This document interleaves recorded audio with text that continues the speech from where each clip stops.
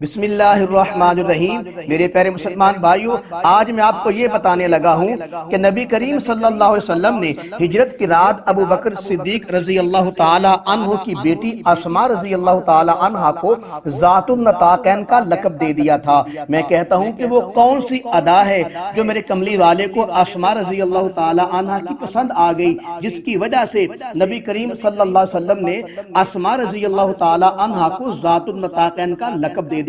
یہ بڑا ہی پیارا واقعہ ہے، ضرور سماعت فرمائیں، انشاءاللہ العزیز آپ کو بہت فائدہ ہوگا۔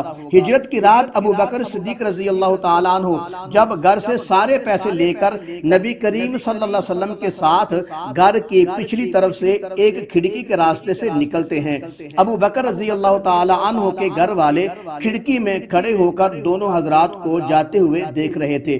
سبحان اللہ، وہ کیسا پیارا منظر ہوگا جب دونوں محبوب جا رہے ہوں گے اور ابو بکر رضی اللہ عنہ کی دونوں بیٹیاں ان کو جاتے ہوئے دیکھ رہی ہوں گی۔ نبی کریم صلی اللہ علیہ وسلم جب ابو بکر کو ساتھ لے کر غار ثور میں جاتے ہیں تو ابو جہل کو پتا تھا کہ نبی کریم صلی اللہ علیہ وسلم ابو بکر کے گھر ضرور جائیں گے۔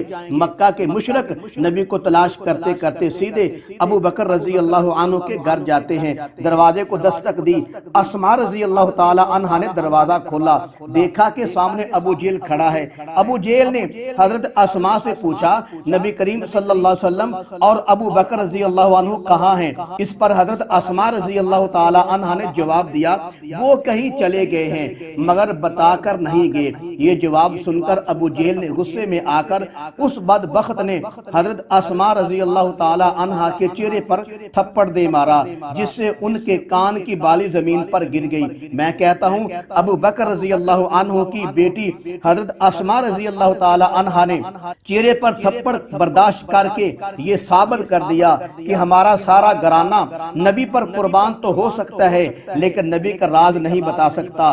اب میں آپ کو بتاتا ہوں کہ وہ کون سی ادا تھی جو ادا میرے کملی والے کو اسماء رضی اللہ تعالی عنہ کی پسند آ گئی۔ تو اللہ کے حبیب صلی اللہ علیہ وسلم نے اسماء رضی اللہ تعالی عنہ کو ذات النطاقین کا لقب دے دیا۔ توجہ فرمائیں، نبی کریم صلی اللہ علیہ وسلم نے جب ابو بکر رضی اللہ عنہ کو اپنے ساتھ ہجرت کرنے کی خوشخبری سنائی تو ابو بکر رضی اللہ تعالی عنہ کا چہرہ خوشی سے چمک اٹھا۔ پھر رات کے آخری حصے میں سفر کی تیاری کرتے ہیں۔ ابو بکر رضی اللہ تعالی عنہ کی چھوٹی بیٹی اسماء رضی اللہ تعالی عنہ جلدی جلدی سفر کے لیے کھانے کا بندوبست کرتی ہیں۔ جب کھانا باندھنے کے لیے اور مشکیزے کا منہ باندھنے کے لیے کوئی چیز نہ ملی تو جلدی سے حضرت اسماء رضی اللہ تعالی عنہ نے اپنے ہی دوپٹے کو پھاڑ کر اس کے دو حصے کر لیے، ایک سے توشہ دان کا منہ بند کر لیا اور دوسرے سے مشکیزے کا منہ باندھ دیا۔ میرے عزیز بھائیوں، بڑی زبردست بات ہے، غار میں ابو بکر رضی اللہ تعالی عنہ نے نبی کی خاطر اپنی چادر کے دو ٹکڑے کر دیے اور گھر سے الوداع کرتے وقت ابو بکر رضی اللہ عنہ کی بیٹی نے اپنے دوپٹے کے دو ٹکڑے کر دیے۔ سبحان اللہ، یہ اس گھرانے کی قربانی نہیں تو اور کیا ہے۔ نبی کریم صلی اللہ علیہ وسلم حضرت اسماء رضی اللہ تعالی عنہ کی ادائیں نوٹ کر رہے تھے۔ نبی کریم صلی اللہ علیہ وسلم کو اسماء رضی اللہ تعالی عنہ کی جلدی اتنی پسند آئی کہ نبی کریم صلی اللہ علیہ وسلم نے حضرت اسماء رضی اللہ تعالی عنہ کو ذات النطاقین کا لقب دے دیا، مطلب کہ دو پیٹیوں والی۔ سبحان اللہ، ابو بکر رضی اللہ تعالی عنہ کا سارا گھرانہ ہی نبی کی خدمت کرتا جا رہا ہے اور نبی سے لقب لیتا جا رہا ہے۔